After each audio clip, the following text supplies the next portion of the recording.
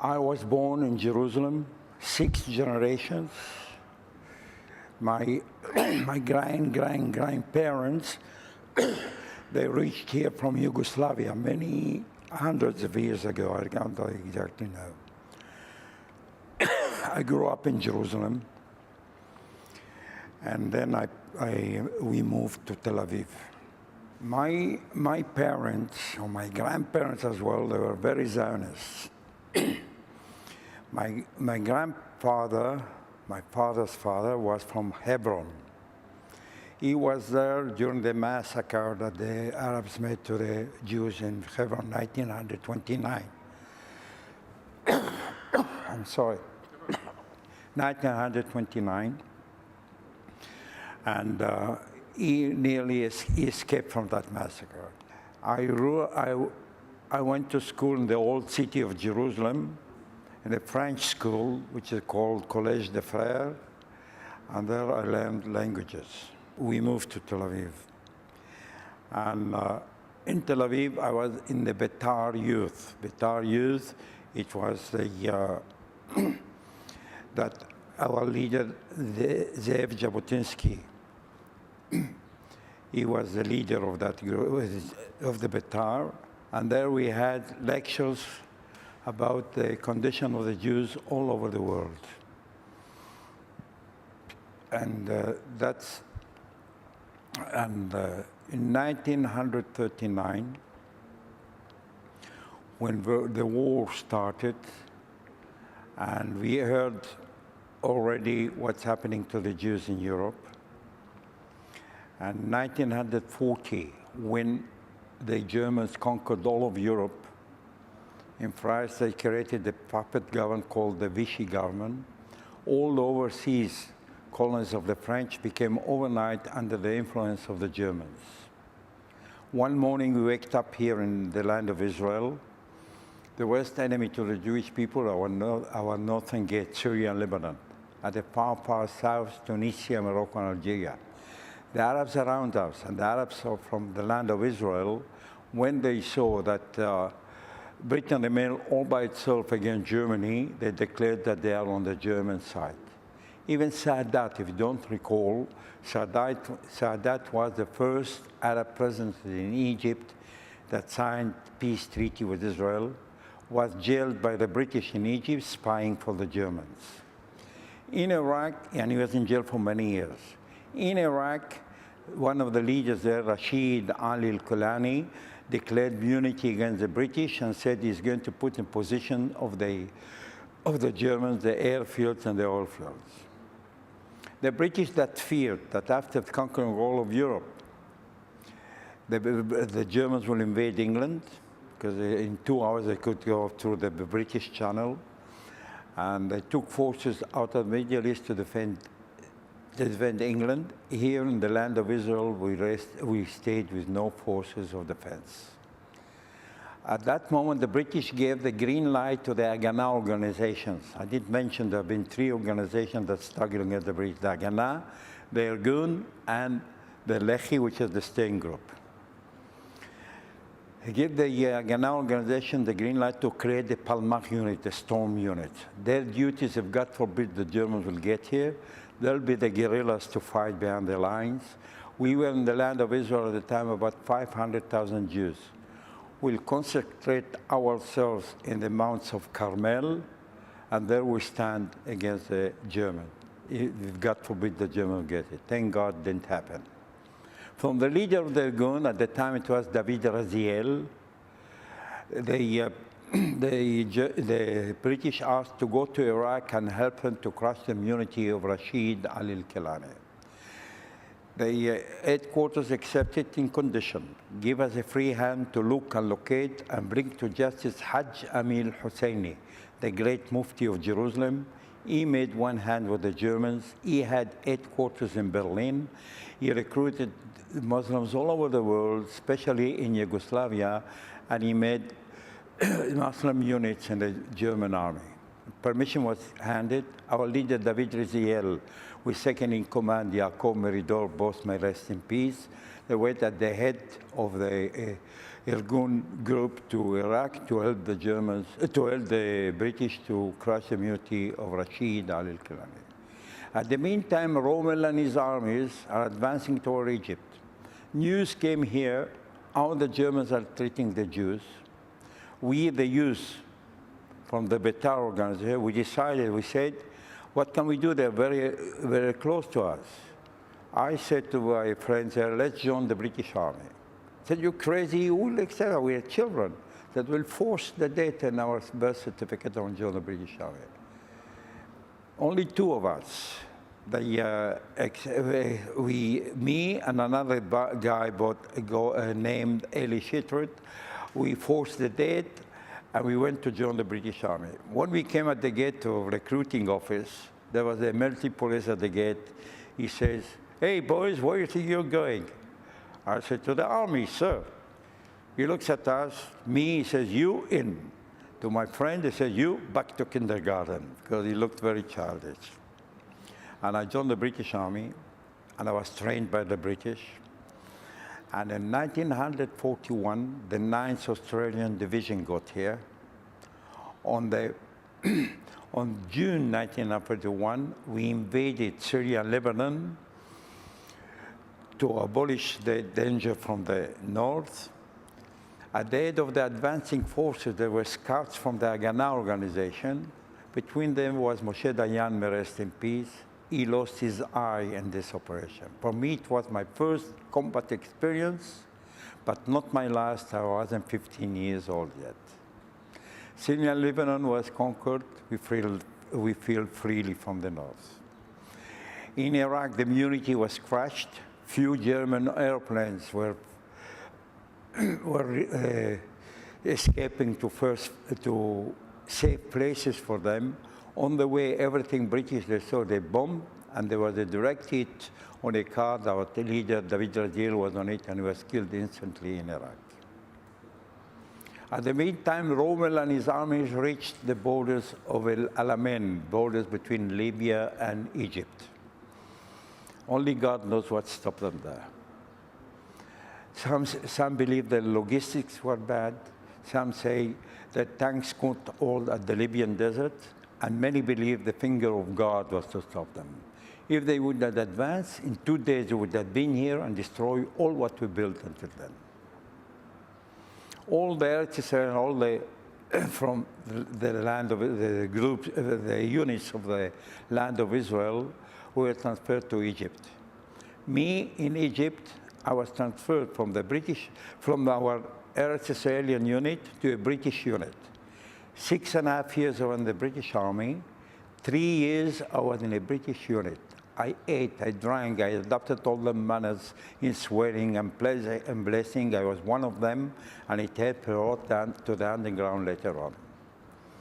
I took part in fighting with the 8th Army of General Montgomery against Rommel and his armies. From El Alamein, I reached until Tunisia. From Tunisia, I took part in the invasion of Sicily in the south of Italy. I was wounded in my arm and behind my ear. They took me with an hospital ship from Sicily to Tripoli, and there I was in the hospital. I was in the hospital. I received a letter from my mother in Jerusalem. The letter is fluffy. I said, what will my mother would send me a fluffy letter? I open it, lots of herbs there inside. I read the letter. She says, I dreamed that you were injured. I went to the Wailing Wall in Jerusalem, and I took herbs from the wall, put them in the place you were wounded, see everything will be all right. I took the herbs, I put it in, I had plaster all over my arm, I put it in with a knife, it scratched me, it gave me hell. Thank God my arm is like steel till today from the medicine that my mother sent me from Jerusalem. I came back here, and I took part in the struggle against the British at the same time that I'm in the British Army. The British didn't know what they're preparing me for. We started our unity in 1943. It was before, but when the war was declared, the Irgun stopped the fighting against the British. And 1941, sorry, 39, 1940, our leader, Menachem Begin, declared immunity against the British. He says the youth in the land of Israel will take up arms and will fight until the state of Israel will be an Hebrew state. At the time, we never said Israel. A Hebrew state will be created. But we'll prevent ourselves not to fight against the British army as long as the war is going on in Germany. Only against the British regime here, the police stations and the headquarters of the Palestine government, which were all British on them. And we started our struggle against them. I took part in many operations against those because I was very, very educated in fighting by the British. They didn't know what they were preparing me for. And when the war was over, we started fighting against the British as well. Against the British Army, sorry. They brought here then the 6th Airborne Division. And they gave us hell. But we overcome them because we had no choice. And the British starting setting our people to death by hanging. And they also whipped our people, whip with whip in their back. The Irgun made notices all over the country in the wars. At night we used to put notices. We noticed the British said, if you want that humiliating punishment by flogging, by whipping, every British officer will be flogged in Eretz Israel. One of the British soldiers wrote in those notices on the wall, he said, please don't forget to get my sergeant major, that will whip his sergeant major as well. And guys went out, groups of 5, and in every town, they caught British officers, they undressed them, and they whipped them in the back and sent them only with panties. Imagine what it does to the big British Empire. They whip the natives all over, and here the natives whip them. It was terrible. In England, they raised voices and said, what are we doing in that bloody country, they said. And here we paid a high price for that, because the 5 guys in Petah Tikva, it's a town in the north of Tel Aviv, didn't find any British officers. They decided to go on the way to the airport. Maybe they'll find British officers. On the way, there was a roadblock. When they saw the roadblock, they made a U-turn to escape. They fired at them. They hit the driver in the shoulder. And the car stopped. When the British saw that there is, the British searched the car, they found the whip. The moment they found the whip, they beat them to death. The driver died from the beating. 1 was underage, was sentenced to life imprisonment. 3, Dresner, Kashani, and Al-Kahi, they were sentenced to be hanged. And they were hanged as thieves in the night. Why I say thieves in the night? Because they were hanged together with Dov Gruner. And why I say thieves in the night? Because before, when somebody is sentenced, before executed, they used to call the families to depart from them, and they used to call a rabbi. If they didn't call rabbi, they didn't call the families, they execute them without notice. And this was terrible. And Begin told them, hangings will go by hangings. If you won't stop hanging our guys, we'll hang British officers. And they didn't notice. They continued to hang. We went out and we caught 5 British officers, a colonel, There was an officers' club in Irgun Street in Tel Aviv. I was disguised as captain in this operation, but there isn't such young officer in the British Army. How they made me look older. They stuck me a big mustache. They stuck it so well that it won't fall during the operation. After the operation, when I took out the mustache, I nearly took my lip out, so good they stuffed it. And we looked for British officers, we couldn't find them. They hid themselves in camps. They went out only in large convoys. Our intelligence found out in the town of Netanya, which is in the north of Tel Aviv, there's a few days, two civil British going from one coffee shop to another. We looked for them, we found them. It turned out to be that there were two sergeants in the British intelligence. We made them a trial as they made us, having guns without permit from us, and we sent them to death by hanging. And we told the British they'll hang our 3 guys, we'll hang those 2 guys. For the British, 2 British sergeants wasn't a big deal. They hanged our 2 guys, and we, with big sorrow, believe me, in the big sorrow, one of the forests in Netanya, we hanged those 2 sergeants, and like this, we broke the gallows. Until then, the British hanged 8 Irgun members in Acre, 2 Lehi members, steering group members in Cairo, and 2, one of the Irgun, Meir Feinstein and Moshe Barazani from the steering group, they blew themselves in the death cell before they were hanged. It was their own plan. They said, we want our soul will die with the enemies.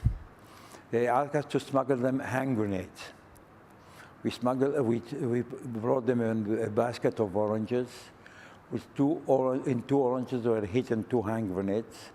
But the rabbi told them that he'll be with them in the last passes from the death row to the gallows. They begged him not to come, said, no, I'll be with you. They didn't want to harm the rabbi. They blew themselves up before the rabbi and the executors came. There were no more hangings. From now on, when the guy fell in their hands, the British will tell him, you're too young to be hanged and too old to be whipped, and send him to life imprisonment. If we didn't take that measure of hanging those 2 poor British sergeants, that we didn't want it to, but we had no choice. Who knows how many youngsters would have been hanged until the British left this country. World War I, the Jews in this land helped the British with espionage. And the Turkish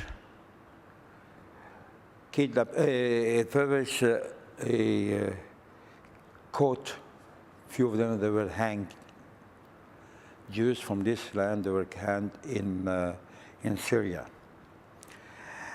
And they helped them, and the British in World War I, and there was Zev Jabotinsky made the Jewish Legion in the British Army, and together they fought to release this land from the Turks. The Turks were ruling here for 400 years before. And when the British got that land in 1917, Balfour,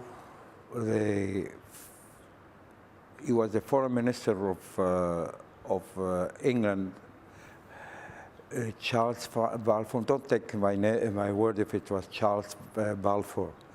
He declared that the British government realized that this land is by the Bible connected to the Jewish people, or the Jewish people are connected to this land, and will make a homeland for the Jews in Palestine.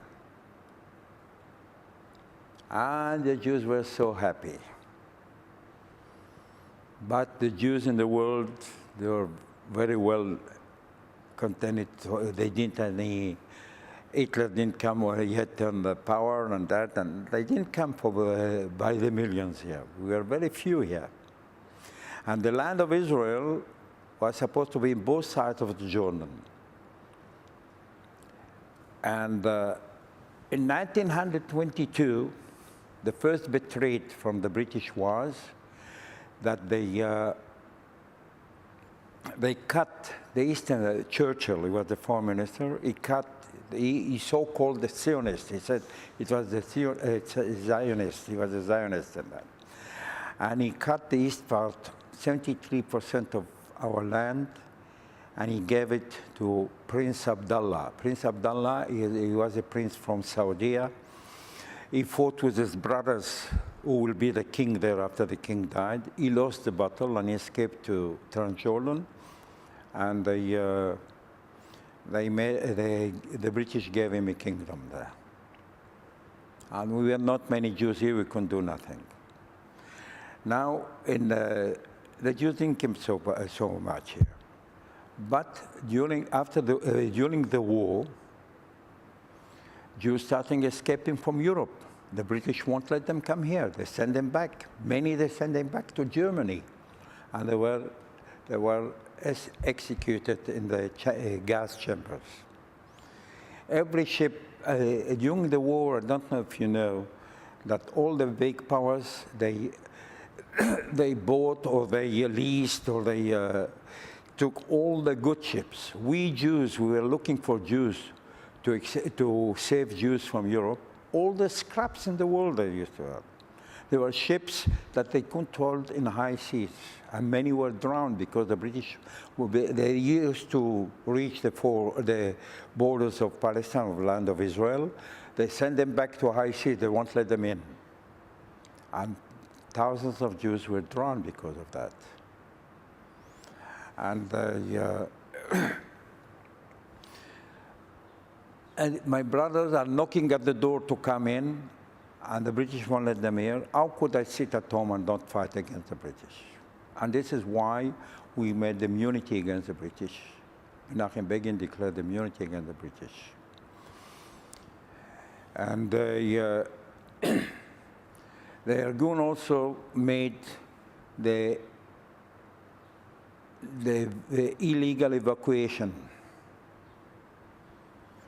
First of all, the Irgun and Jabotinsky, they had an agreement with the Polish government that they will train 1,000 Jews from Europe, and the Polish government will give them arms and ships to land here, to take by force the land.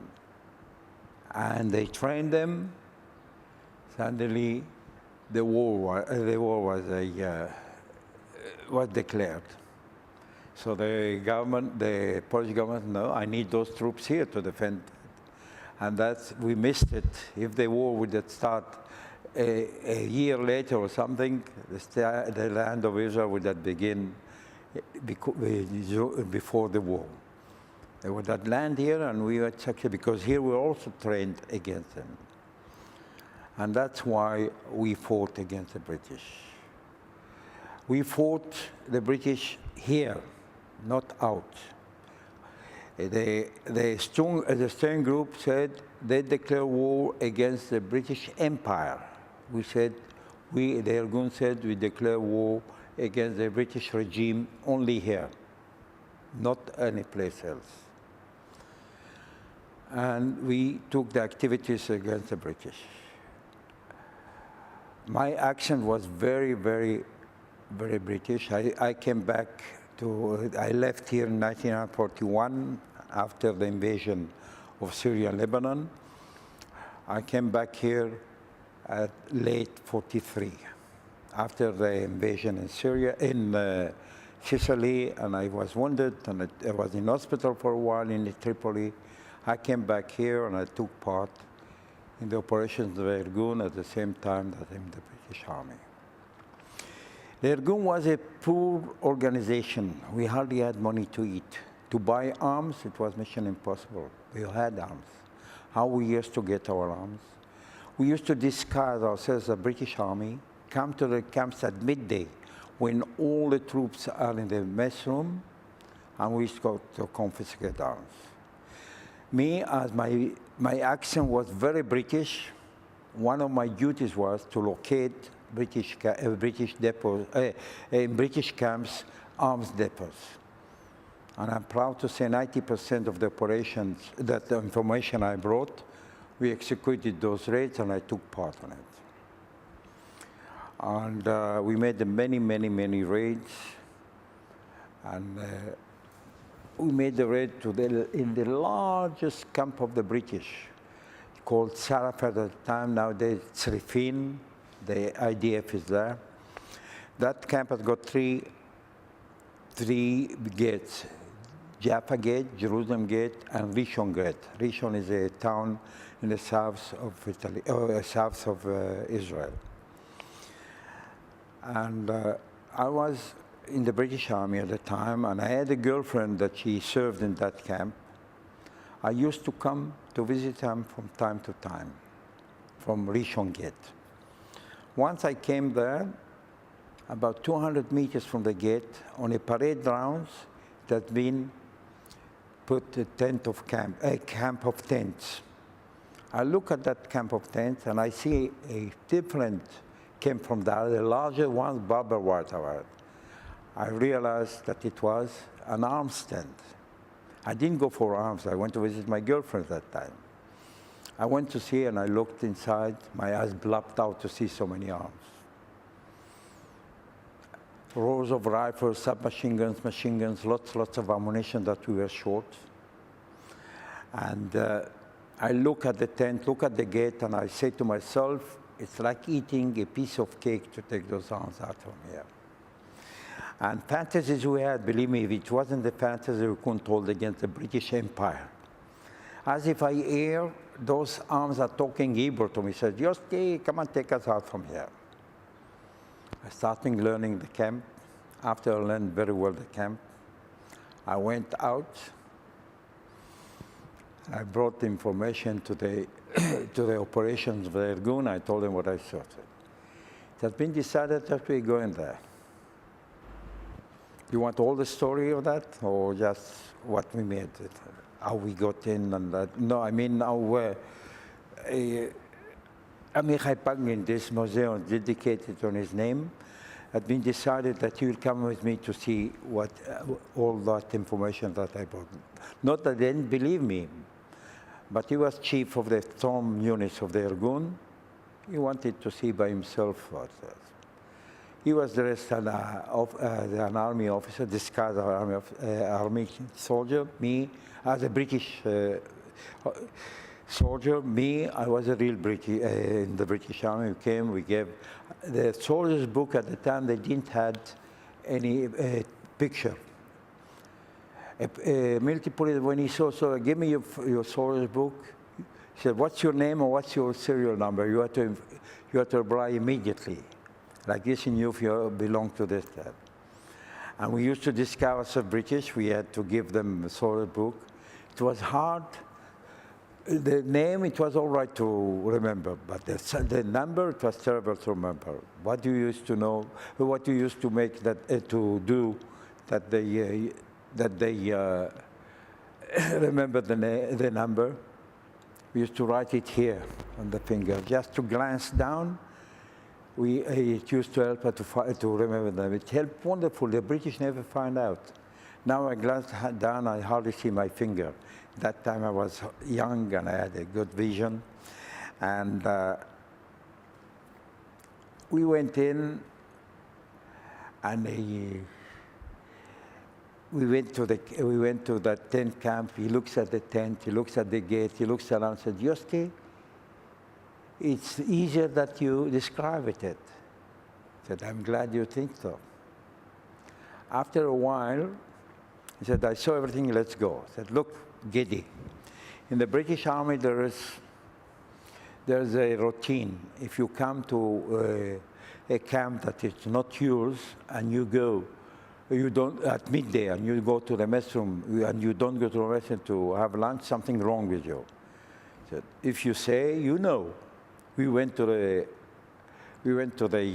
dining room, a large queue of British soldiers. I was one like them. My English was very British at the time. Said, we are passing by in the camp. Please let us have a messing. Messing, two aluminum plates that they fold one another. It was the routine. They lended us two messings, and we stood in the queue. Giddy, his head was working, looking all over. Nowadays, we could say that Giddy had a computer in his head. He drove mad the British with his ideas. And later on the war independence, the Arabs. He drove mad with them. He had such ideas, it's impossible to... in 1940s, who knew what's a computer? We said he had ideas like a pomeranc in his head. Unfortunately, he was killed together with his wife. Also, she was on a Irgun fighter in a motor accident in 1978. We got the food, we sent down, said, Yoske, fantastic idea. First of all, we were having lunch on the expense of King George VI. Secondly, I've got a clear view of this operation going to take place, how many people. We went in at 12:15, and we left 1:30, and we decided that the best time to come to this camp is between 12:30 and 1 o'clock. There isn't a soul, all are in the dining room. We decided 12 guys will be disguised as paratroopers. And another guy, 13 guy, Tzvikeni Kishai, may rest in peace, he was killed with the IDF, serving in the IDF in Jerusalem in the war independence. He was also in the British Army at the time. He will get off near the camp, near the gate, with a kit bag as if he's hitchhiking, not hitchhiking, asking, hitchhiking, yeah. As if he's hitchhiking. And if shoot starts in the camp, he has got to get hold of the military police at the gate. I was disguised as Sergeant Major in this operation. The Sergeant Major in the British Army, it's next to God. Everybody fears him terribly. Again, they put me a big mustache that I look older. We came to the gate 25 minutes after 12. The military police at the gate sees the Sergeant Major, stands attention, put his submachine gun under his arm, salutes me. I give him the movement order. In the movement it says 12 British soldiers. At the meantime, Tzvikeni Kisha jumped from the truck with his kit bag. And he steps on the step of the truck, and he looks inside. He counts 12 soldiers as written in the that. Gets down, salutes me again, open the gate, and lets at him. We reach to the tent, to the camp, and we turn the truck facing the gate, and everybody jumped to his factions. My function in the camp is to guard the cabin of the truck. If they get over that cabin of the truck, everything is due. I get down with a submachine gun called a Stain gun. That Stain gun is terrible. He shoots when he wants, not when we want. And the war independence, we had a song. When you used to go on operation, we used to sing that song. I won't sing because when I sing, nobody stands on the way. Nobody stays, everybody runs away because I'm the most terrible singer in the world. And that song said, with the will of God, even a broom could shoot. In Hebrew it says, Berzona Elohim gamatate yore. And when we reach there, I get down. I took the grades down because Sergeant Major won't stand on guard like this. I was standing with my back holding the Stain gun like this. And the two guys were were assigned with machine guns, one opposite the living quarters, another one opposite a crossroad that we thought the reinforcements could come from there. They laid down with the machine or the brain guns. The rest of the guys got, no, first of all, the leader of the attack and another guy, they went in the tent. There were 2 British soldiers there. They pulled the revolvers. We were the fastest in the Middle East to pull the revolver because all of our training was in hideouts, pull, pull, pull. Many times we pulled before the enemy and they saved the operation, especially in the King David Hotel, which it wasn't an hotel at the time. It was the headquarters of the Irgun, of the British Army. And if one of our guys won't pull before a major went down, Macintosh, if one of our guys won't pull before him, and here we are, our guys, the first shoot that they ever shot, it wasn't the fighting itself. All we were trained in hideouts. So 2 guys went in, there were 2 British soldiers there. They pulled their guns, put between their ribs, said, put up your hands, we won't harm you. The sergeant sees the captain pulling a revolver and said, stop the jokes, sir, don't like such jokes. It's not a joke, it's for real. We are the Jewish paratroopers. 145 dreamed of Jewish paratroopers. Okay, immediately they surrendered.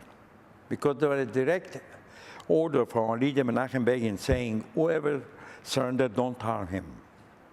And it saved lots of lives to us and to them as well. Because they knew if they surrendered after operation, we let them go. But we didn't do anything to them. They took out from their pocket a plaster and a bandage,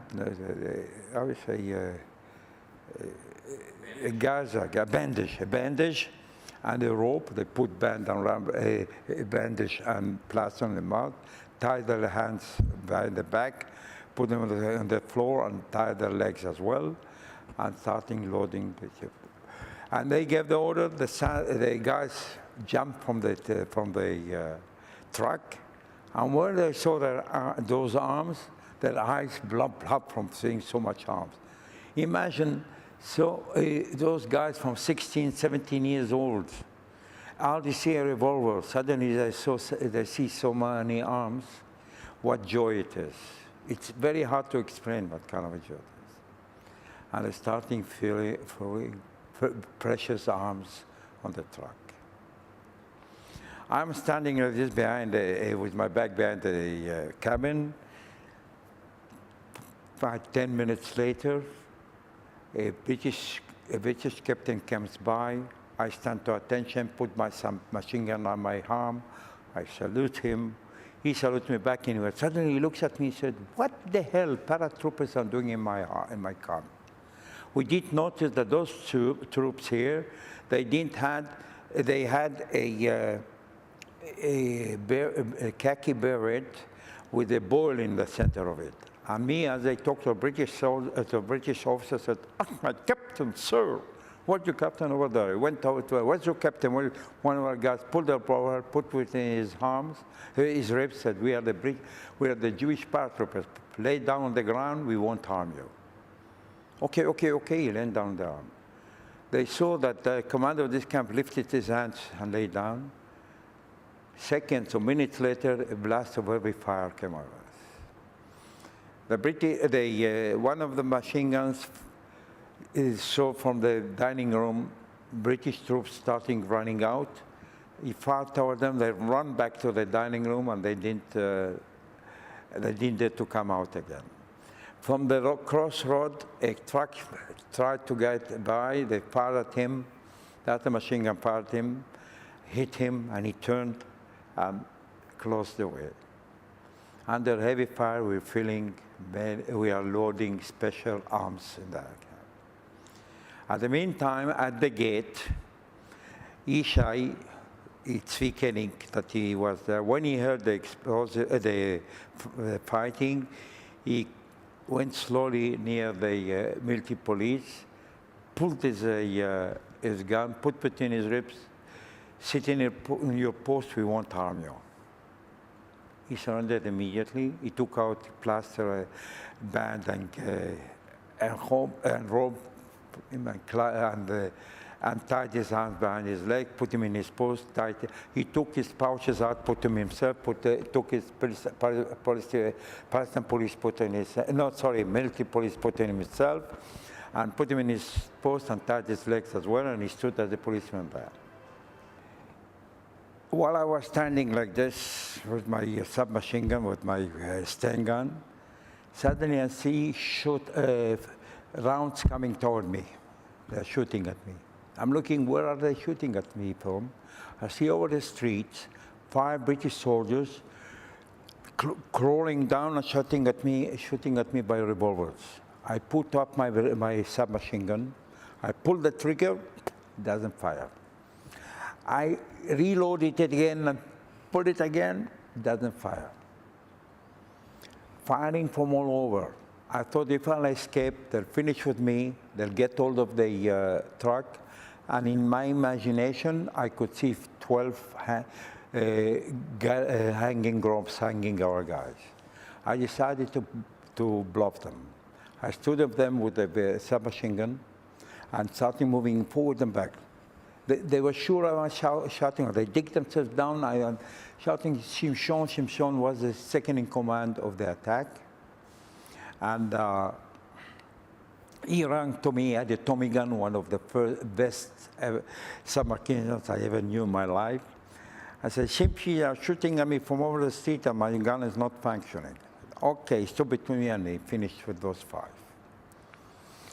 I'm standing here with a submachine that doesn't work. Over the street, I see 5 revolvers. A revolver is the most sophisticated weapon in the underground. My heart doesn't permit to leave those revolvers. I asked one of the guys to stand to guard the cabin. I'm going over the street to bring those revolvers. You're crazy, look, firing around. I said, yes, you're right, I'm crazy. I need those revolvers. I ran in zigzags. I came to those poor 5 lying down. One had his revolver in his hand. It wasn't easy to take it out from his hand.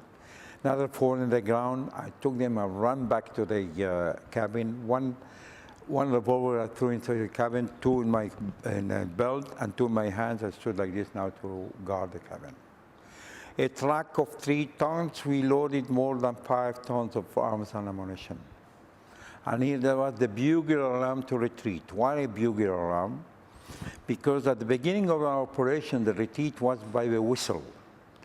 Every policeman had a string here with a whistle. When he saw something suspicious, I got it suspicious, and he started to whistle. Many times it ruined our operations. It has been decided with a bugle alarm, 1 in a million there will be in the same time the bugle alarm. Secondly, if the enemy hears a bugle alarm, he got excited. He thinks all the Jewish cavalry are attacking them, and it'll take a few minutes of not knowing what's happening, and we take those few minutes of time and we escape from the place. You should see what happened in Irgun then. Everybody is starting to learn to blow a bugler.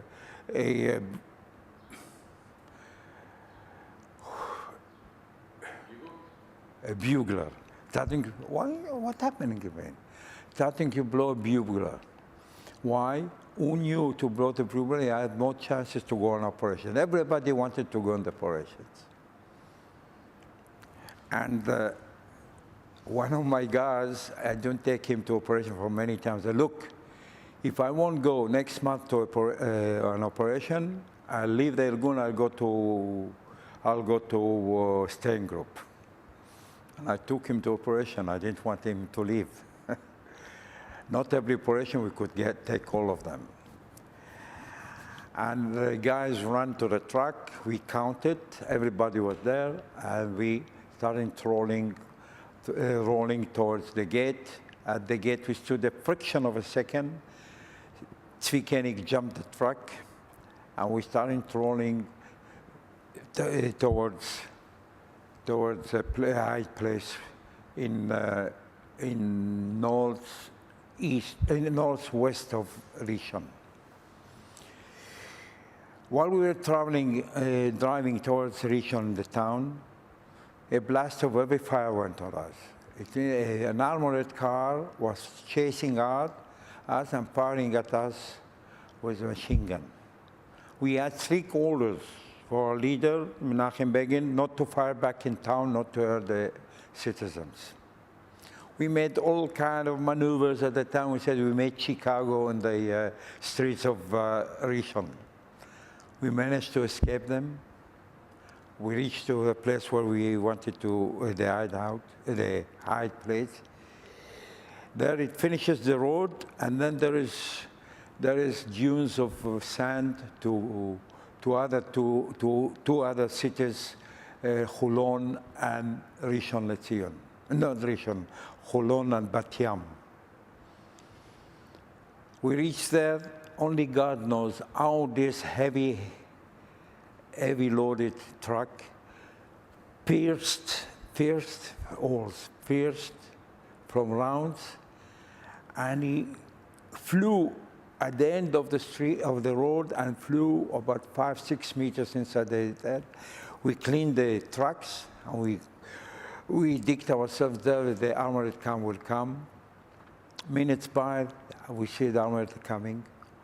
He stopped about 40 meters from us, and we hardly breathe. They stood there for 40 minutes, for 10 minutes. 10 minutes, it was eternal for us. When they saw there was something suspicious, they turned and they left, and we breathed freely. And we took all the arms in dig out that we prepared from before. 2 guys were hardly wounded in the back, Michael Ashbel and Yosef Simchon. The nurse that was there decided, and another guy, big boy, he was 17 years old, he got a scratch in his head. The nurse that was there said, Arben Shimon, the orders were that we take our uniforms down and we put civils on, and we go on foot without arms and all to the other town of Holon, and there we split ourselves in baskets. Me and Tzvi that was at the gate, we only change our berets, and now that big guy that is scratched, the nurse said, Ashbel Simchon hardly wounded in the back, they can't go with you, but Peretz Ben Shem could go with you. He was 17 years old, started to cry. He said, what are you doing to me? I'm injured in my head.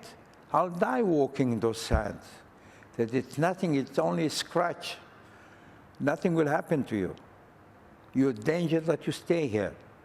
Me, I was built very good at the time, said, come on, I'll carry you. I don't exaggerate. He put his hand on my shoulders to kneel on me, and nearly put me as a pick inside the sand there. So big it was. And I'm carrying that Goliath over to Holon. On the way, I'm sweating.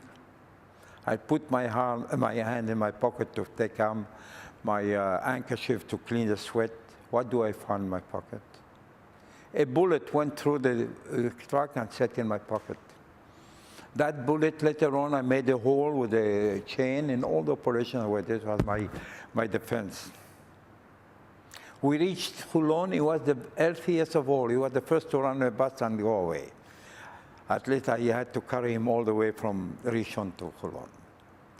We split ourselves to few buses. Why? If there will be a roadblock that don't see many youngsters in one truck, it was suspicious. In that time, there was curfew to Jews couldn't travel in highways from 6 in the evening to 6 in the morning. At 10 o'clock, at 4 o'clock, came two young girls who are also Irgun members with a taxi to take Ashbel and Simchon to a secret hospital in Tel Aviv. Why a secret hospital? Because after such operation, the British used to raid hospitals and locate wounded from bullets. One category of hospital they never came to visit. What kind of hospital was that? You can imagine? Maternity hospital. Maternity hospital they never came to visit. There were a few maternity hospitals in Tel Aviv that fancied us. They were private. And Professor Marcos was attending them. They used to enlist us coming to give birth. What they gave birth? Bullets. Shula and Tzipi, Ashbel and Simchon wounded in the back. They sat in a taxi. On the way, there was a roadblock. The British didn't like those two young couples sitting there. They jailed them. Shula and Tzipi were taken to the prison, to the women's prison, was in Bethlehem, and those two girls were there in detention for 3 years without a trial until the state of Israel was declared. The High Commissioner, every 3 months, prolonged their detention. Ashbel and Simchon, the British found out that they were wounded in the back. They decided they were in the attack. They sentenced them to death by hanging. At 10 o'clock, sentence was passed. 12:30, we were already at the Officers Club in Tel Aviv, in Ayalkon Street, not far from here. 7 guys disguised as British Army. I was disguised as captain. Again, they put me big monsters to look to order. We went in freely, and we took hold of the Officers Club, took five British officers, a colonel, 2 captains, 2 lieutenants, and we brought them to a hideout, and we told the British they'll hang Ashbel and Simchon, we'll hang those British officers. The place was where we hid them, in near the new bus station in the south of Tel Aviv. On the back of it, behind the street, in a place there, it's written on the wall saying, here have been detained British soldiers, British officers as hostages to save their lives of Ashbel and Simchon. 10 days later, on the night of blowing up the bridges of the railways, I was a commander of a group. We blew up a bridge near Ashdod in the south of Tel Aviv. On the retreat, we were caught. The British found out that Yerachmiah Ron, one of the guys, and me were serving in the British Army at the same time as we are in the underground. We had a field court-martial as traitors and 5th column. One penalty to 5th column, death by firing squad. The British used to hang our guys. Yerach and me were sentenced to be shot by firing squad. First of all, Almighty God, they didn't dare to execute us. What saved us? The 5 British officers we had in our hands. When I took part in kidnapping those 5 British officers to save the lives of Ashbel and Simchon, I never dreamed that 4 weeks later it saved my life as well. Ashbel and Simchon were pardoned from life to life imprisonment. Me and Yerachmiah Rom were pardoned to 15 years in prison, and we let the officers go. I was in jail for 13 months. After 13 months, my friends came disguised as British Army, Royal Signal Corps. They attacked the Acre jail. They commanded Shimshon Dov Cohen that he covered me in Srefim. You remember that I called him and he killed those 5 that were shooting at me? He was the commander of this attack. They attacked the Acre jail, and from there we escaped back to the front, 41 guys. Until outside of the old city of Acre, everything went smooth. We didn't have any casualties. We made that operation on a Sunday recreation day for the British troops. They didn't care to come here in Tel Aviv in the beach. They were at the beach of Acre, Acre city. Acre city was an Arab state, an Arab city. When they heard the explosive and the firing, they made a roadblock that we didn't take into consideration. We were 3 trucks and a jeep. After the old city, we had to turn left. 2 trucks turned left. Lucky me, I was in one of them. One truck made mistake, turned to the right to where the British troops from the beach made the roadblock. They fired at him, they hit the driver in the head, and they massacred those sitting there. 9 were killed. Between them was Ashbel, that we saved them from the gallows by kidnapping the 5 British officers, was killed in that truck.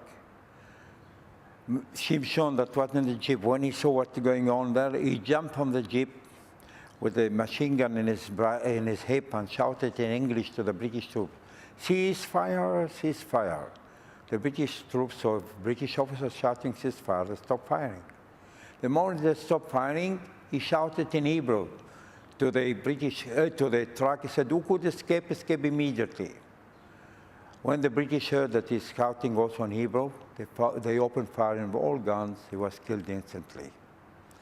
3 guys managed to escape from police truck, and he paid it with his life to save them.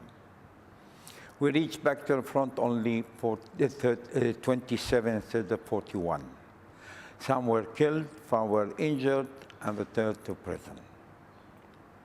5 guys were in strongholds. They didn't hear the bugle alarm to retreat. They fought until the last round of ammunition. They were called. 2 of them, they were underage. They were sentenced to life imprisonment. 3, Abshalom Habib, Meir Nakar, and Yaakov Weiss, they were sentenced to be hanged. We looked for British officers to kidnap it. They hide themselves in camps. They went out only in big convoys, so we could find any British officers. Our intelligence found out that in the town of Netanya, 2 British civilians are going from one coffee shop to another shop. We looked for them, we located them. It turned out to be there were 2 British sergeants and British intelligence. We tried them, and we sentenced them to death, and we told the British they'll hang our 3 guys, will hang those 2 brothers. For them, 2 sergeants wasn't a big deal like the officers. They hanged Avshalom Habib, Meir Nakar, and Yaakov Weiss in the same fortress that they attacked to save us. And we, with big sorrow, believe me, with big sorrow, we hanged those 2 British sergeants in one of the forests in Netanya. Like this, they broke the gallows. Until then, they hanged 8 Irgun members in Acre, 2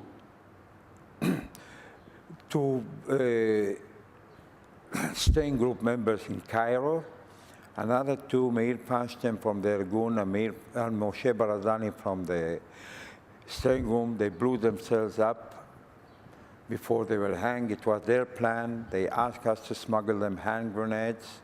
We brought them a basket with oranges, and 2 oranges were 2 hand grenades heaten.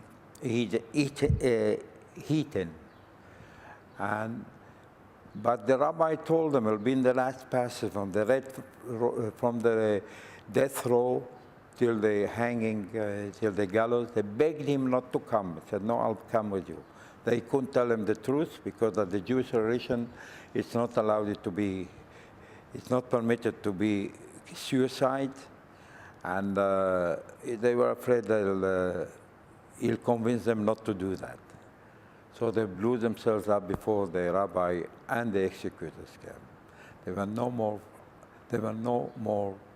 hangings in the right of Israel. From now on, and we flock, we beat the British officers. From now on, the judge, if a guy fell in their hand, the judge would tell him, "You're too young to be hanged and too old to be flogged." and send him to life imprisonment. If we didn't take that measure of hanging those poor sergeants that we didn't want it to, but we had no choice, who knows how many youngsters would have been hanged until the British left this country. Begin told them all that hanging will go by hanging. Stop that hangings. They didn't listen. After we hanged those two poor British sergeants, they stopped hanging. The policy of the Irgun, all the time since it started, until we dissolved, our lectures were always that when the state of an Hebrew state or Israel state will raise, everybody will go to his way. And then there will be elections, and then we'll see what happens. And now when the United Nations decided to divide this country into two states, Arab state and Jewish state, we accept it. Though that the Jewish state was supposed to be in three parts. Part of the Negev, a very narrow street by the beach, very straight by the beach, and the Upper Galilee. Western Galilee, Judea and Samaria, Jaffa were sitting now in the heart of the Jewish state, Arab state, and part of the Negev. The Arabs said, no, we're going to fight and throw the Jews to the sea. We didn't like that they chose to the sea by force. We decided to fight.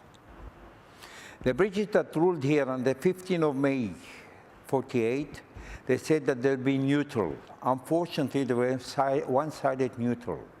They held the Arabs in arms and ammunition. They handed them strategic points. And many places they fought with the Arabs against us, especially in the liberation of Jaffa, that the Irgun fought to liberate Jaffa. 80% of our casualties, it was from the British and not from the Arabs. The British were leaving the country at the time. They didn't have enough forces. They brought back forces from Malta and Cyprus. They were still ruling in the islands of Malta and Cyprus. And they landed in Jaffa, and they counterattacked us. We fought, the Irgun fought to liberate Jaffa. In the first 2 days, it was a chaos. We didn't succeed because opposite us they stood. They were Germans, Poles, Yugoslavs, Iraqians, Syrians. From all over they came to kill Jews here because the British left the borders between the Arab countries. And they concentrated them in the Mediterranean. They blockaded us. We couldn't get any help from abroad. The only way we could get help, it was for us that we had to raid British camps and take our arms. And the British counterattacked us. No, sorry, first of all, we attacked against the Arabs. The first 2 days, it was a chaos. In the morning, we attacked. In the afternoon, we withdrew. We buried our dead and leaked our wounds. Because the Arabs in Jaffa, in every tall building, they put snipers. Even in their mosques, they put snipers and they fired into Tel Aviv. In 5 months, we had in Tel Aviv 1,300 casualties between dead and wounded, women, children, and all. They are going to decide to go and liberate Jaffa, to cut down farming Tel Aviv. The Haganah opposed us, said, you cannot go and fight Jaffa now. Jaffa belongs to the Arab state. And the British are there. We cannot fight against the British as well as the Arabs. And first of all, we have got to conquer the villages around Jaffa. Then Jaffa will be blockaded, and they'll stop fighting. The Irgun said, how could you? For instance, we could attack and liberate those parts and blockade it from this side. What about the sea? From the sea, We haven't got any, we have got only raft boats, I don't know what to call it, life-saving raft boats. They are flat, you know. That. And if you wait until the British leave Jaffa, the Egyptians, all the Arab countries said when the British will leave, they'll invade to destroy this land, to destroy this state. And there's fear that the Egyptians will land in Jaffa with artillery, with tanks, and with infantry. We don't have an air force. We didn't have air force. We didn't have tanks. We didn't have artillery. Lots of discussions. And on the on the 25th of April 1948, it was the first day of Passover. We attacked Jaffa. I was a company commander on the attack of Jaffa. When I went out with my 600 warriors, we were in all. We went, when I went with my company to my duty was to hold the mosque, which is not far from here. Have you seen the mosque there? From the top of the mosque, they were shooting snipers into Tel Aviv. I had my duty, my company was to hold them. We went and attacked on the 25th and 26th. We couldn't imagine getting a piece of ground even. On the 26th in the evening, our leader, Menachem Begin, called all the commanders in the field. We sat down on the ground and said, "My dear brothers," like this he used to talk to us, "Achai Yekarim. It's not a shame. Opposite that mighty force will wait for another occasion." All of us jumped immediately, said, "No, our commander, we are not leaving them. We know that we could overcome them." He wrote in the book, Revolt, that we revolted against him. Nobody wanted to revolt against him. Then Amichai Paglin, Gidi, so this museum dedicated on his name, he was the commander of the attack on Jaffa. He came to him and said, "My commander, give me 24 hours more. In those 2 days, I learned the front, and I've got a method how to crush those positions of the Arabs." The houses from Tel Aviv to Jaffa, they were linked one to another, like a wagon in a train. To come from the head of the houses with chisels and hammers, make holes in the wall, and go from one room to another like a hidden tunnel. He gave us 24 hours more. First of all, Gidi he said, "We'll cut the force by 2/3. Only 1/3 is enough." Why? We were too many people. I guess 1/3 to 200 people is enough. And that will be in reserve. Our Gideon from the Bible acclimated his fighters. Do you remember the Bible? The Old Testament, not the Old Testament. It says Gideon, from the Bible, he was with his warriors in fighting the Philistines. And there were the armistice. Now, he has got to counterattack again. They were near a river. Those who put their arms aside and they took the water like this to drink water, the Tzachors don't need that, they leave their arms aside. Go home. Go back to your wives. Those that left their arms in their hand and leaned and leaked the water, he took them to battle. They called them the 300 leakers, Shlosh Motam Lakikim in Hebrew. We had no river to give the guys here to drink.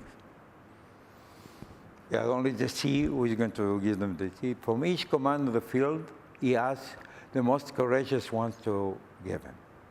All were courageous, believe me, everybody was courageous. For me, he demanded 27 guys. When I said, you and you, 27 guys are going now to the fighting, and the rest on reserve, you should see those on reserve what they did. My name was Michael in the underground. They never called them the real names. He said, we won't call you Michael again. We'll call you traitor. You are betraying us. So that, my friends, it's not the first, but it's not the last battle. There'll be more battles. Set and rest, and I wasn't mistaken. Some of them fell in the fighting in Jaffa later on, and in other comebacks. The other plan of Gidi was the houses from Tel Aviv to Jaffa were linked one to another like wagons in a train. To come from the end of the houses with scissors and hammers, make holes in the walls, go from one room to another, like a hidden tunnel. What we didn't succeed in 2 days, in that method, in less than 2 hours, we were under the Arab position. We put the explosive, and there was a big explosion with a cover of dust and smoke that came. The guys stormed the place and conquered it.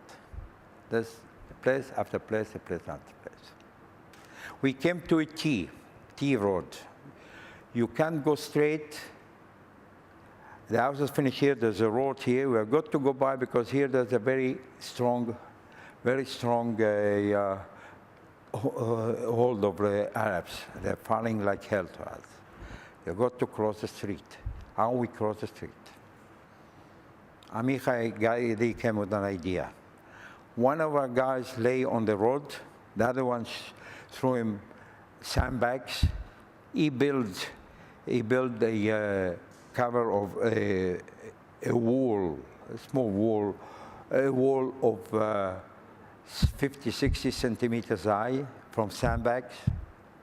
He got hit, another one got himself. There were places that 6 guys got hit to build those guys.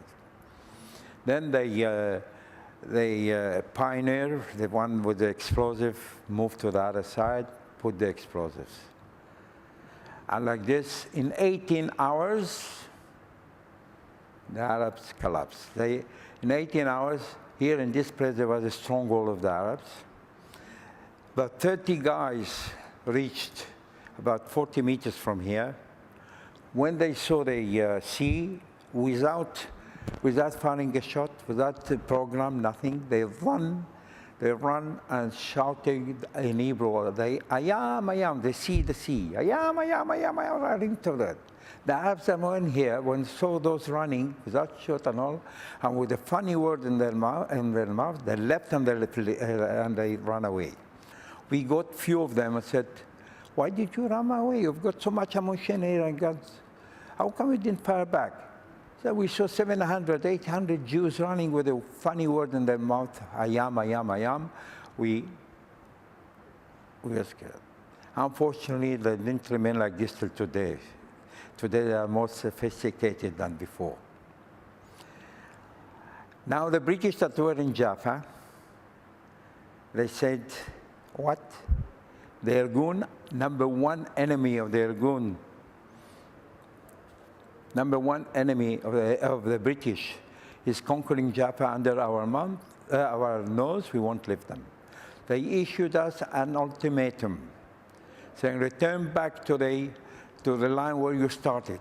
Otherwise, we're going to bomb Tel Aviv by air, sea, and land. And they brought, as I mentioned before, they brought reinforcements from Malta and Cyprus, and they stood opposite us.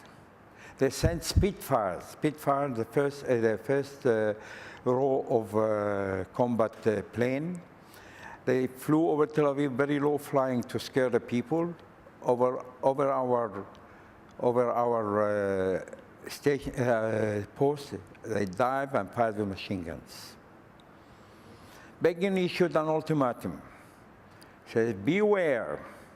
One British shell will fall in Tel Aviv. We're going to bomb your centers, your concentrations. There were 5,000 soldiers there. And when we blew the houses on the streets. We digged ourselves in the ruins, and we said they won't pass by. And the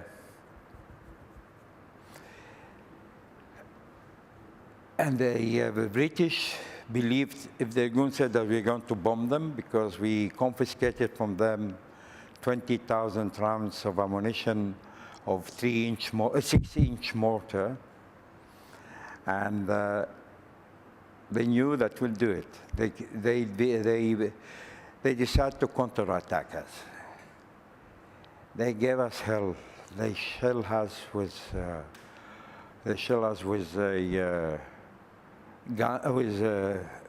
artillery. It was terrible. We never experienced such shelling. After they shelled us a lot, they thought that we were exhausted. They started to advance. We had two anti-tank projectors, which means 2 anti-tank rifles.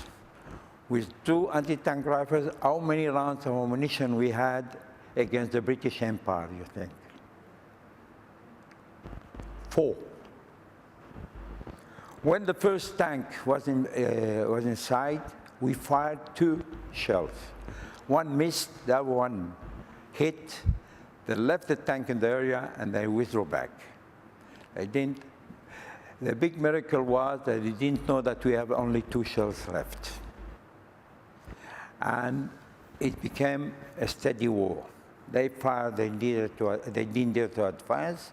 We fire, we don't have the force to advance against 5,000 British soldiers. And it was a steady war.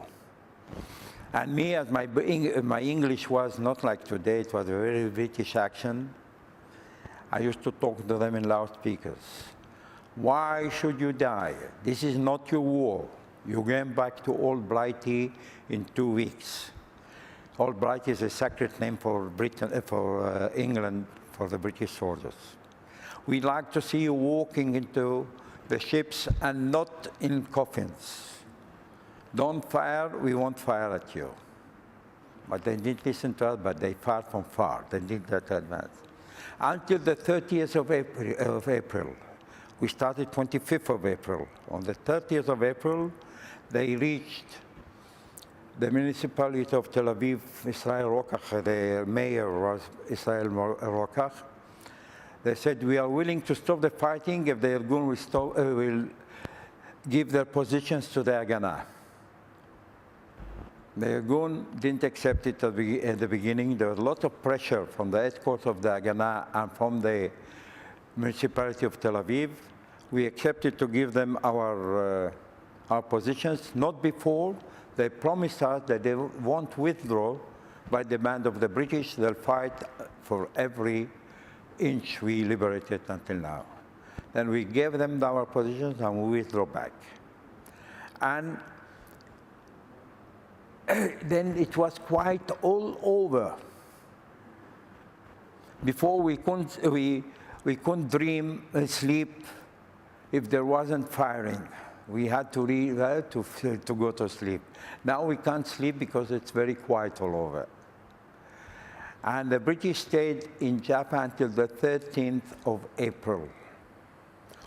Of May, sorry, 13th of May. Because of 15th of May, they're leaving the country. They left to Jaffa and to Port Said, to Haifa and Port Said in Egypt. And then we went inside with the victory parade. Sorry, on the 13th of May, when they left, few Arab leaders that left, they remain in Jaffa. They came to sign surrender document. And on the 14th of May, we entered Jaffa, a victory parade, groups of the Irgun and the Haganah. And on the 14th of May, also the State of Israel was declared. It was on a Friday. So we gave to Israel, to our government, a silver platter with blood on it, that we liberated the city of Jaffa. At that time, Jaffa was connected to Tel Aviv and called Tel Aviv Jaffa. And since it's called till now Tel Aviv Jaffa, and became the largest city in the land, because it was Jaffa was the largest Arab city in this land.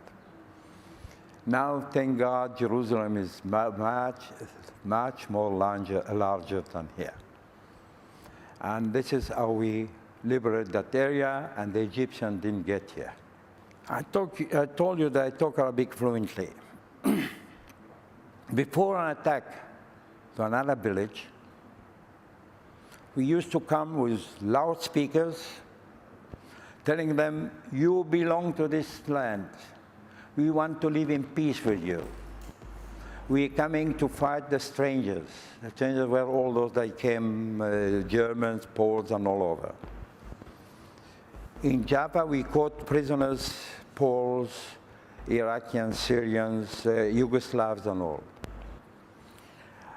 We want to live in peace with you. But the strangers won't let them leave.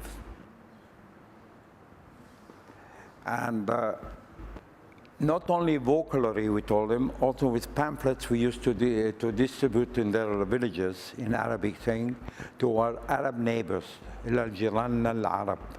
And it says there, you stand aside, we won't harm you. Now, Dir Yassin that you mentioned. Dir Yassin was a village, Arab village, that they attacked. They sniped 3 neighborhoods in Jerusalem, and the road from Tel Aviv to Jerusalem, they used to snipe on the buses going to Jerusalem or from Jerusalem. The Irgun decided to go and liberate that place and cut that, sending death into Jewish population. The steering group said they want also to go with us. They gave them a part only. The Irgun went in three positions or 3 arrows, and the steering group went in 1 hour. We came. I wasn't there, but they started telling them in loudspeakers. You citizens of this land, leave the area. We lost the opportunity of surprise. Leave the area. We're going to attack the strangers here. In Iraq, in Dir Yassin, there were Iraqians. They came and they were army. They came in civilians as they attacked. They didn't permit the citizens to leave the area. They let them in their houses, and they barricaded themselves in the windows and the doors of the houses. And on an attack, like on an attack, when you storm an attack, you throw hand grenades, and those hand grenades fell in the houses without knowing that there's women and children there. And we managed to overcome them and to liberate the place. There were in all 110 killed. The fantastic Arab imagination, they said there have been 300, they put them in the wall, they pardoned them in the wall. All is bluff, they never fired. We have got strict orders. I'll let you see our commander, what gave us an order out the way in battle. And there were 31 women and children killed that we didn't want to honor because they were barricaded inside the houses that the Iraqians were barricaded in the windows and the doors. And the rest were the warriors killed. We had about 15 dead there. And then they started accusing us that we massacred those people there. We never massacred. We had strict orders. Whoever lifts his hand is your prisoner, don't harm him. To the British and to the Arabs. The British knew that when they surrendered, we saved a lot of lives to them and to us. The British knew they surrendered after the operation, we let them go. The Arabs,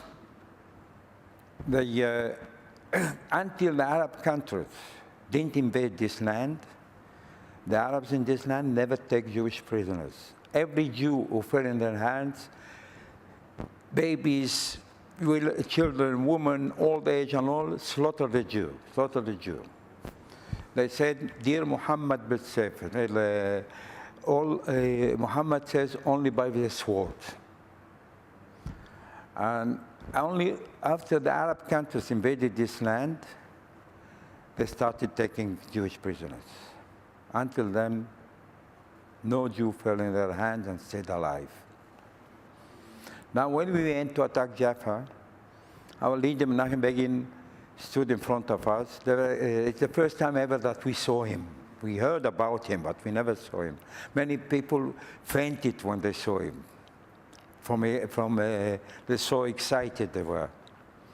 He said, we're going to conquer Jaffa, one of the most to liberation of Israel, of our land. Remember who you left behind. In front of you, there's a worldless enemy that wants to wipe us out.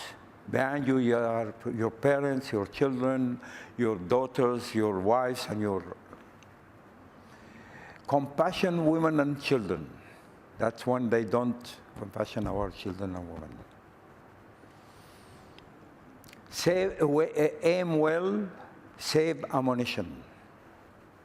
Because there was a blockade here, we couldn't get anything from abroad.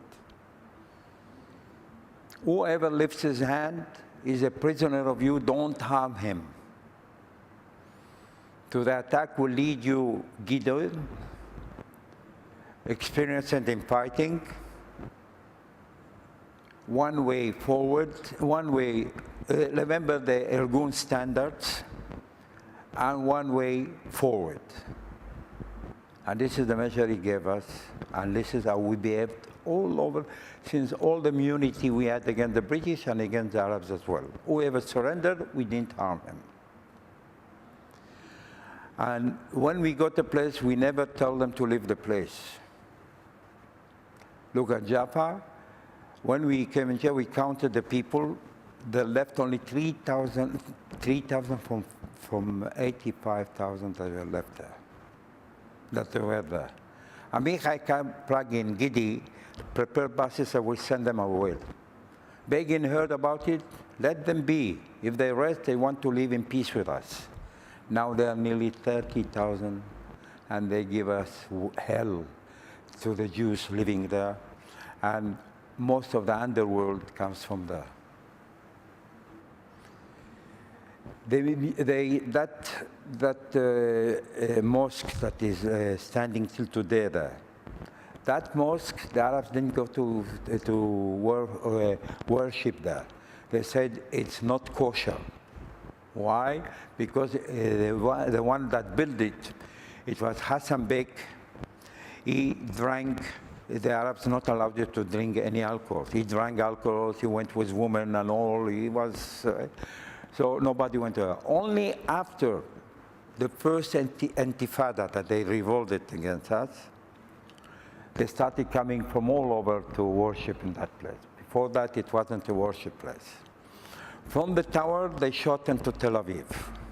It was the last place that we overcome them. The ammunition and arms, we find them. We wish we had so much ammunition that we find in this holy place. Gidi put already explosives around to blow it up. Again, our leader Menachem Begin heard about it, said, this is a sacred place, don't touch it. And we didn't touch it. They blew up 4 our old synagogues on the border of Tel Aviv and Jaffa. And we were not allowed to blow that synagogue, that sent so much death into Tel Aviv. And like this, we maintain only the order of our leader. And like this, there you see the big lies.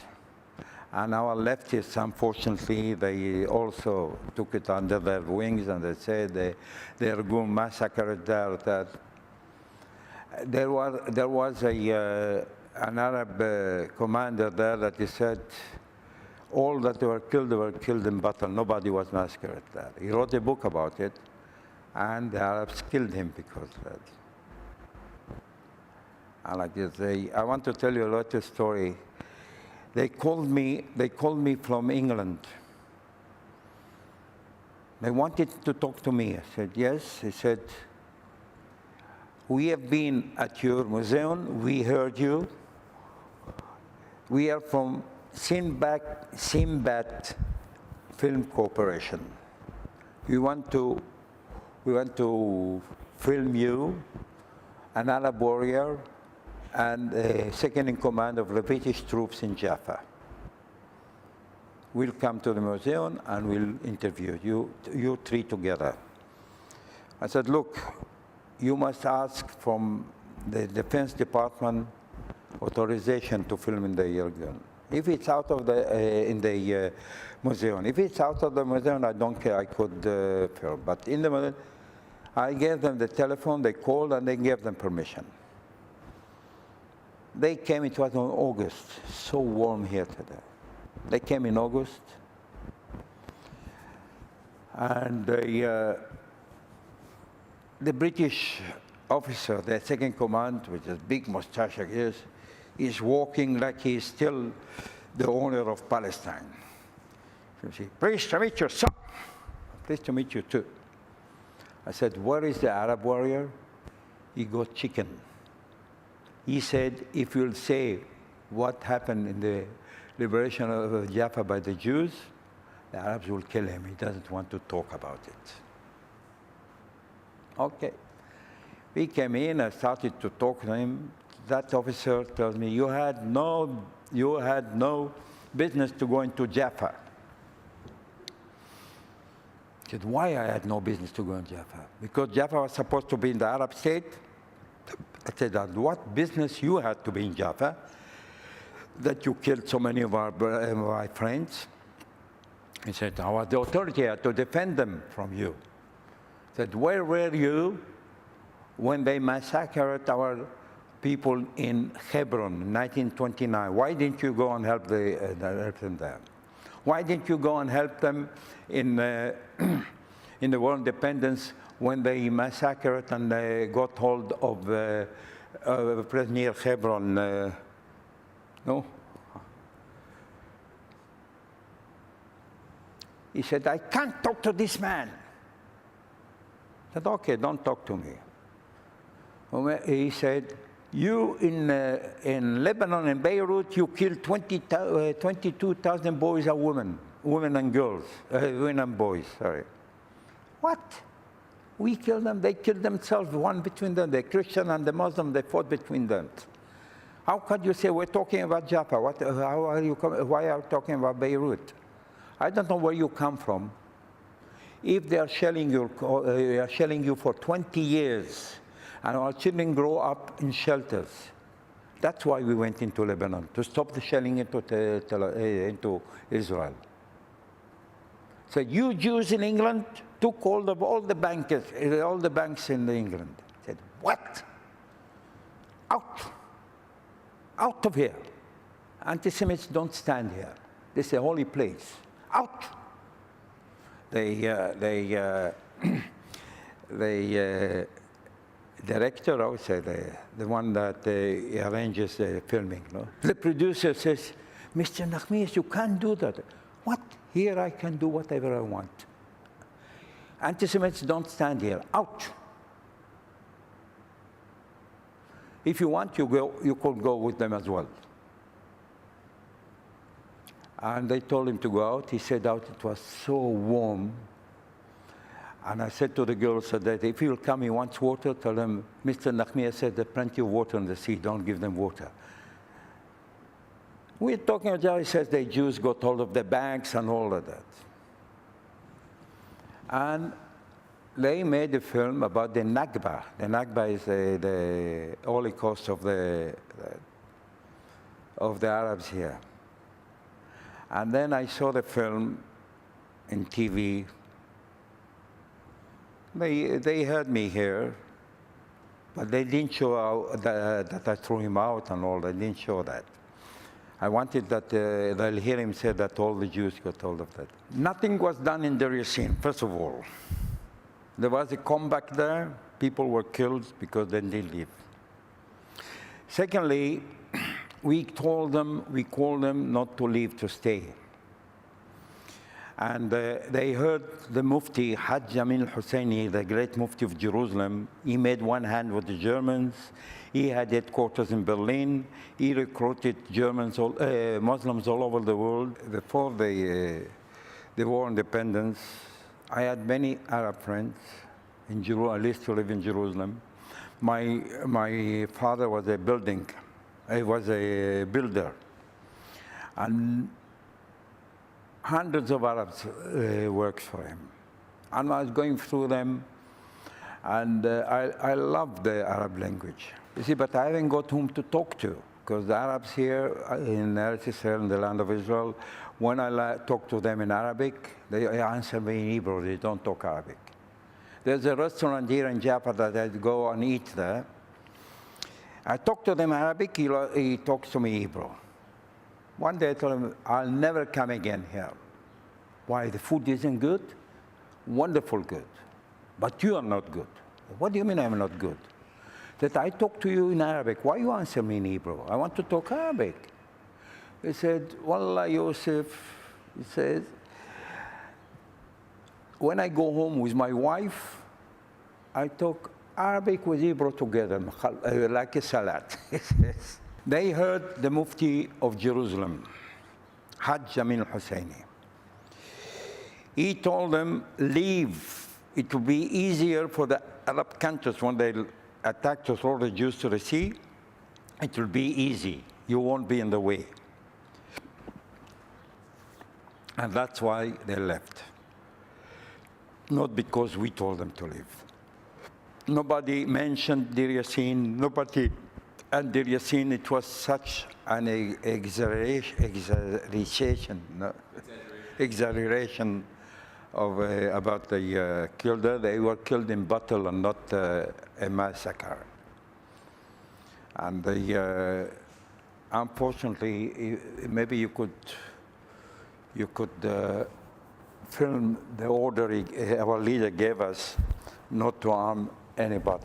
Everybody who lifts his hand is a prisoner of war, don't harm them. In Haifa, the commander of Jaffa, the general that liberated Haifa, he stood on the way and he said, don't leave, stay here. We want you here. You belong here. Don't leave. And many left and many remain in Jaffa. In Jaffa, in Haifa, there's lots of Arabs there. And they're living together with the Jews, and they're happy. They never had it so good as now. And so that we never wanted them to leave. Nobody told them to leave the area or otherwise.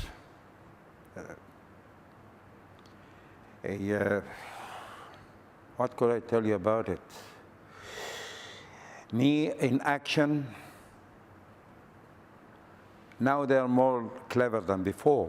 When I fought Arabs, I was looking for the commander. The minute I hit his commander, everybody ran away, and some ran and held me by the belt, said, I'm under your belt. In Arabic, it says, Ana tahajjun narak. I'm under your belt. Means that you are very small now. Don't harm us. And we never harmed them. We took them prisoners. We had never harmed them. If somebody, by mistake, fired at one who surrendered, he went to trial. He went to jail for that. There isn't an army that during a fighting that somebody surrendered and he hit him, he went to jail for that. Here, people, they say we have got to get our lawyer behind us when we go on the combat, because we have to be very, very careful who lifts his hand or who didn't lift his hand. We never harm women and children on purpose. They may be hit because they hide them. They used to take women and children, put them in front of them, the warriors, that they'll say that we hit and he killed women and children. And in Acre, in the valley of Jordan, there was a cave there. There were hidden there warriors, Arab warriors, and they put a woman at the entrance with a baby, and the troops ran looking for them. They were inside, and there was that woman sitting there. They didn't harm her. They went forward. When they went back, those inside went out and fired them in the back and killed those soldiers. Between them, there was a general and that he was killed. They always take one child, put them in front of them. They do that in Syria as well. Those that are involved in Syria, they say the government is taking women, children, put them in places that they weren't. This is their custom, I say. Look, as I said, since a kid, I fought for the independence of my country. And I told you about the Australians that they wanted to take me with them. Did I tell you that? I was fighting for my country. I joined the British Army while I was a very young guy, 14 and a half years old. I fought against the Germans. I didn't tell you all what I made in the British country. In the British Army, the officer came, I need a volunteer. The British never volunteer. Until the officer said, you volunteer, you volunteer. I always jump in front. The British soldier is crazy, that guy. They didn't know why. I wanted to learn, I wanted to see. He took me to, my unit was #1 CRE aerodromes. We were the first to go in and look for booby traps, if they put booby traps. And when we withdrew, we were the last to leave. We put booby traps for the Germans. Now, when we are leaving, we had to leave Tobruk, the airport of Tobruk. The officer came, he needed a volunteer. I jumped in front, said, come. He took me to a building 3 stories high.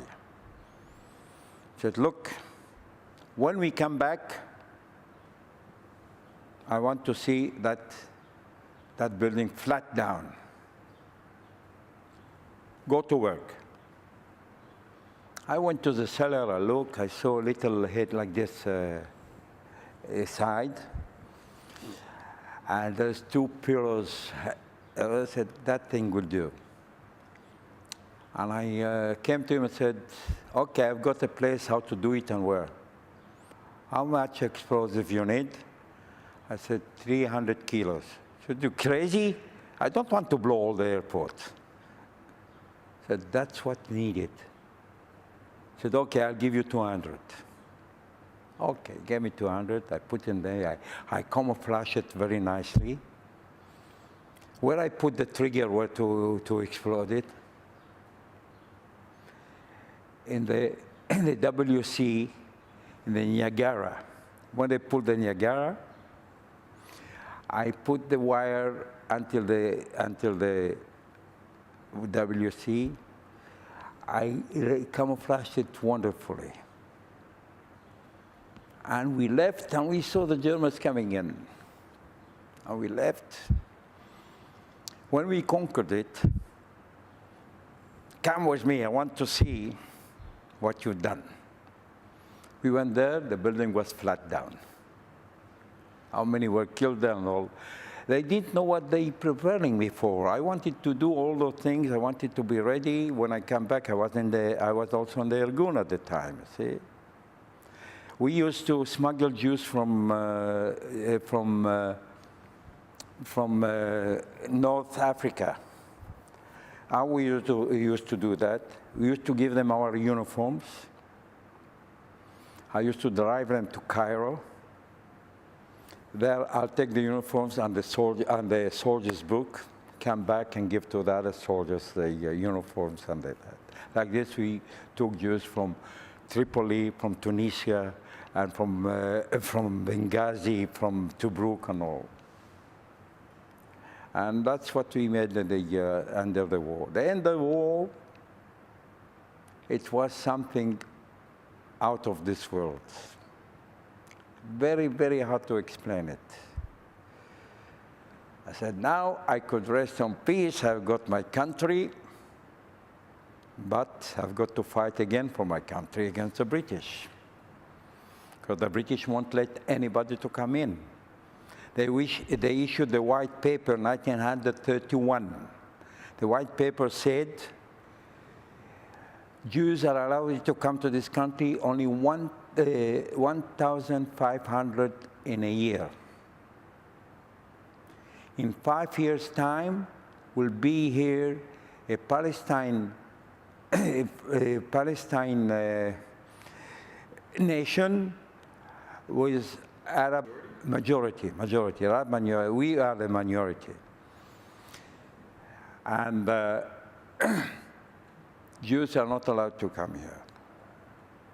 So we started to fight against them. Jews are not allowed to build any in the places. What they have got till now, they're gonna take advantage of it, and they created the fence and the tower. In Hebrew, it's called Choma v'Magdal, Mugdal v'Choma, or Choma or Mugdal, the fence and the tower. They are gonna take advantage that there was a law here that the British didn't change it, a Turkish law, saying whoever builds a building without a permit and he succeeds to put a roof on it, they don't demolish it. So they started building pieces of houses. They took advantage of the law, and they built modular houses, only in a dark night. They went in with lots of volunteers on a place where they wanted to be a village. All night through, they built. In the morning, the British will wake up, will see a village, they come, and all the houses, there's roofs. They can't demolish it by law. Like this, most of all our villages were built like this. See? And we were fighting the British by force because of that. And this is after the war that some Jews were left from the Holocaust. They won't let them in. They took them again to camps, first to the island of Mauritius, which is in the Indian Ocean, and later on in Cyprus here. And people, after they came out of the camps there, they were here in camps for years. The British put them on. So how we could sit and not fight against them? And people went to the gallows for it and that. After the war, 48, there was a big, it didn't happen, it war till today, what I'm talking about. There was armistice. And we started building the place. Then Jews came. We had no houses for them. They were in tents. They're also refugees. They call themselves refugees. The sons and the granddaughters and all, they are refugees till today, and the United Nations hold them as refugees. Their parents were refugees, but not them. In any Arab country, they don't let them go to work, they don't let them there. They say, you're refugees, stay in the camps, because they want to hit us. We received more than 2 million refugees from Arab countries. They left all their belongings there and all, and they're here, and we helped them to start again their lives. We built houses. I was living in tents. They were in tents. They call it ma'abara. Ma'abara, it means passing by. You see? And tens of thousands are living in tents for 2, 3, 4 years until houses were built for them. And when I was in the IDF, in the reserves, I used to go every year for 28 days. And we used to go to the tents and pull they used to sit down and play cards in the tent. It was raining like hell. We were attending their tents and digging behind them that the water won't go in. And they were sitting all with the IDF volunteers, not volunteers, we had orders to do that. And it took years that they left those tents and went into houses. And then their volunteers, they don't help them at all. You know? And it was a feeling of creation. See, we started to create something. We created it long before that here in Palestine, Israel, in the land of Israel. But now it was real creation. You haven't been a month or two in a place, suddenly you come there, you see buildings there, you see. And it was something that, I won't say pioneers, but we had lots of doing. I used to work in a construction building, and when we took to build houses for the immigrants that they came, there wasn't any rule like this. The contract was, in such date, it must be finished. And sometimes we work at night there to reach the date, you see.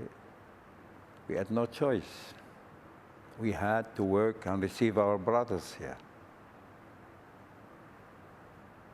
And that's what we've been patriotic all the time. A very small, I used to disguise as an Arab. One day in '46, in the underground, I received an order to come to Haifa. I know nobody in Haifa. How could I make the contact? Take the newspaper. This time I'll take the Jerusalem Post, I say. Take out the P of the Post and stand in a corner of the street with a Jerusalem, not Post, Ost, V out. There's a window. This one that wants to meet me, he looks that it's missing the P, he says he's got to meet me. He comes and gives me the password. And like this, we get together. I come there, I stand, they give me the password, and he took me to a building, to an apartment. I don't know yet why I came there. You don't ask questions. And I see there a woman, a makeup woman. And I told the man there, tell me why I came here for. You'll know later on. Sit there. I didn't have the mustache at the time. They put me a big mustache like this. It's only Arabs that got such big mustaches. And they brought a suit. I measured the suit. First time in my life I wear a suit. With a tie and a tarbouche. Tarbouche is the Arab the red with a tail on it. Until now, I know nothing yet. And they bring me a newspaper, El Aram. El Arab is an Arabic newspaper that in all the Middle East. And they cut the ha out of it. And now I know it's an Arab phrase. Yeah, they brought me a passport, a false passport, that you have got to go to Beirut. And in Beirut, you'll stand in a street near the American University. They told me exactly where to stand. And the password, they told me the password.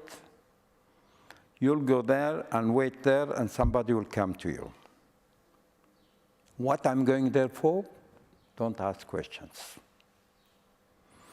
I come to the buses. The buses get full. They start only when it's full. Another bus from there says, Yalla, Beirut, Beirut, Beirut, Beirut. I went in at the center, at the first row. I sat there with the open newspaper. I read also Arabic. And I'm looking all the time at the newspaper. And I'm playing like the Arabs do all the time. They play with their mustache. Then I remember the joke that one is playing with his mustache. An Arab, when he talks his mustache, and somebody makes behind him, it's the worst thing in the world. They could kill each other for that. I'm sitting there and playing with my mustache. I remember that story that one is playing with one said, this came out, who is it? I'm going to kill him. Nobody came up. He's playing again. Twice he made that. He comes up, who is it? I'm going to kill him. A big guy came up, Anna, I made it. He got scared. You made it seriously or by a joke? He said, of course I did it seriously. He said, you're lucky because I don't like jokes. He was afraid he said that. Now I'm sitting there with my mustache playing. I'm afraid somebody will make fit. What do I do? But nobody did that. I came down, I went to that place. I am standing there with my newspaper. Suddenly a guy comes here, died. He puts his stuff very slowly. He tells me in Arabic, the weather in Spain is colder than here. التاتش في إسبانيا أبرد من هنا. لا يا أخي, no my friend, no my brother. Here it's colder than in Spain. Then he makes a step forward in Hebrew. He said, Bo Akharai, come after me. We're not looking one on the face of the other. If somebody is caught, that he couldn't. We came to a alley. He said, wait here. He went inside the building. He came out with a suitcase, put it behind my head. Good luck, and he left. This, I've got to take it to Tel Aviv. And I don't know what there is in there. I come to the bus station. I had orders to come to there via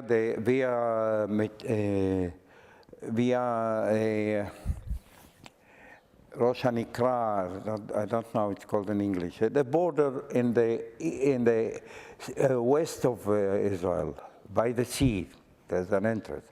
And when I leave, to come back via the Tiberias and that in the eastern part. Don't come in the same way back. I came to the bus. I say, I want to go to Tiberias. I said, oh, Tiberias, when it will be full, take hours. Hey, to Haifa. I said, my family is in Tiberias. Why should I go to Haifa? I went to the bus of Tiberias. I put the suitcases in the buses. There was head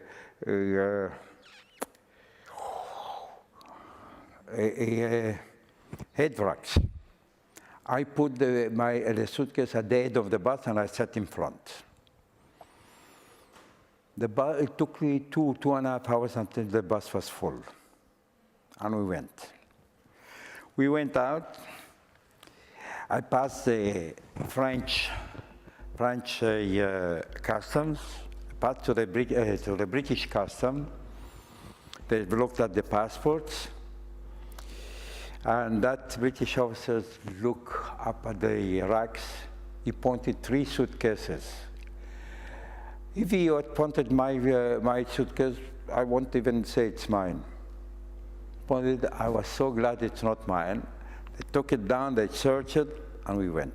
Came to Tiberias, I took the suitcase with the Egged bus, and I went to Haifa. From Haifa, I went to the house where they maquilted me. I took the mustache out, took that, I put my British uniform, I was in the army, my army uniform on, And I took a bus to Tel Aviv. I brought it to my contact.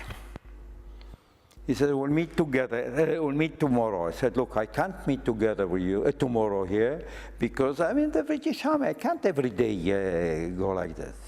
I said, okay, next week I told him I'll come. I came next week. He said, the headquarters is so happy that you brought that thing. He's going to give you a present. I said, since when in the underground I give presents? I made operations more dangerous than this one. What do you mean he's going to give you a present? He says, yes, they're going to give you a present. Okay, what I brought, he said, you brought a broadcasting station. And what's the present? They want to install it to your parents' house. That's the present. I said, I'm not at home so many times. Come to my parents if they decide, okay? They accept it. And from the house of my parents, they're broadcasting the voice of Zion, called Zion HaLochemet, called Zion HaMitzvah. And now when somebody goes by the house, by my parents' house, there is a note there saying at the 4th floor, at the apartment of Tzipora and David Nahmias, that in the broadcasting service, and from here, the underground broadcasted to the nation in Zion. And there is a big notice there with that thing. And that's the present that he gave me that I posted in my parents' house. I'm here a teller, a teller, I tell. No, I don't tour, there's the girls. I train the girls, they tour, and I tell them all the stories, how the Irgun came out and the operations I took part. I've got here, I show them how I looked when I was when I went to the British Army, 14 and a half years old, and how I was jailed with a picture wanted and all that. In Hebrew, that's ish, a witness.